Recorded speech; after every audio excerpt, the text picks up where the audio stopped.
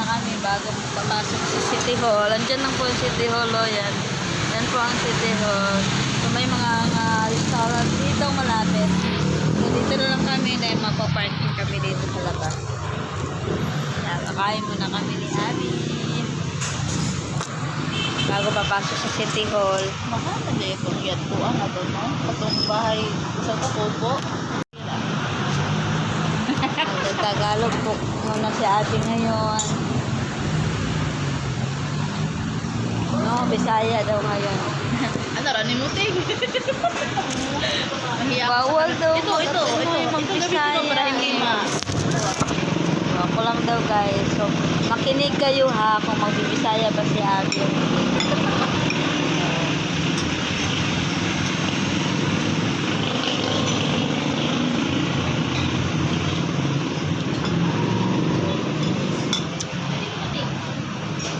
Bukas 8 AM kasi mag-commute tayo so makarating tayo mga depende kung walang client morning yan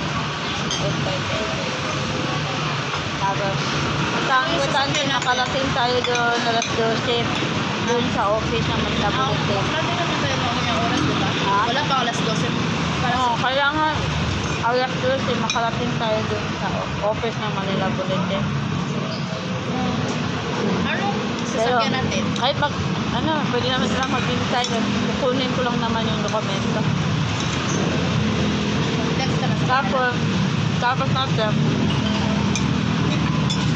ito tayo ng MOA. MOA. MOA naman tayo. Nakay tayo ng MI sa kapit. Wow!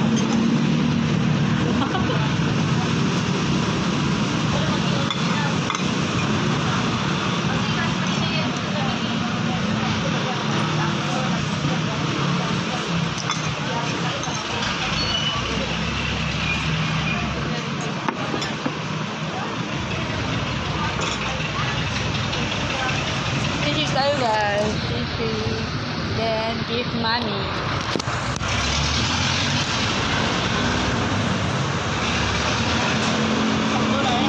Kanina nagluto lang naman ako ng kung sila pala nakain ni tatay. Sino kumain ng kusino? Wala. Nagluto ako ng sayuti with chicken kanina Chicken Sayang yung wala, ninakain pa ako. hindi kumain ng almusal yun. Ang kinain niya, ang ulam na yung luto ko na paborito yung sayuti. Sayuti with Okay. So hindi kayo busy kanina? hindi masyadong busy, hapon lang.